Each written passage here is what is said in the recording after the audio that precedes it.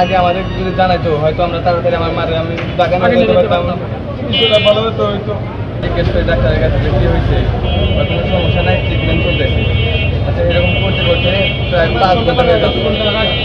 রাত 8টার সময় ডাক্তার বানাইছে, মানে ডাক্তার তো বেরিয়ে আছে, ভিতরে গেছে, ভিতরে যখন বলতেছে যে রুগীর অবস্থা খুব খারাপ, শ্বাস নিতে পারছে না, রুগীর নিয়ে টাকা নিতে হবে, টাকা নিয়ে আইসিইউ রাখতে হবে। তো কারোর আগে আমাদের যদি জানাইতো হয়তো আমরা তাড়াতাড়ি আমার মারে আমি বাগানে যেতে পারতাম, কিছুটা ভালো হতো হয়তো।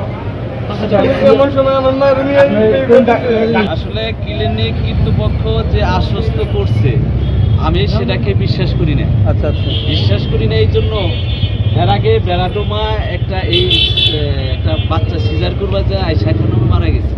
এটা আমার উপরে দায়িত্ব করছিল, তাদের সাথে অনেকবার বসার পরে মাননীয় এমপি মহোদয় আমাকে দায়িত্ব দিয়েছিল, কিন্তু আমি মিটাইতে পারি নাই। তাদের হাত দেখলাম অনেক লম্বা। আচ্ছা আচ্ছা, এটা যেহেতু আসলে যে মারা গেছে তাকে তো আর ফেরত আনা যাবে না, একটা দরিদ্র পরিবার সে। তাদের সাথে একটা সিদ্ধান্ত হইলো আমরা আগামীকাল সন্ধ্যায় একটু হাসপাতালের কর্তৃপক্ষ বা তাদের যে নেতৃবৃন্দ আছে, তাদের মালিক সমিতি আছে, তাদের নিয়ে আমরা আগামীকাল সন্ধ্যায় একটু বসতে চাইছি, দেখে আমাদের কি বলে। সেই আশ্বস্ততা তারা দিচ্ছে আমাদের। নগদের কাছে সব গ্রাহকই প্রিয়, তাই তো সারা দেশে ক্যাশ আউট চার্জ সবচেয়ে কম।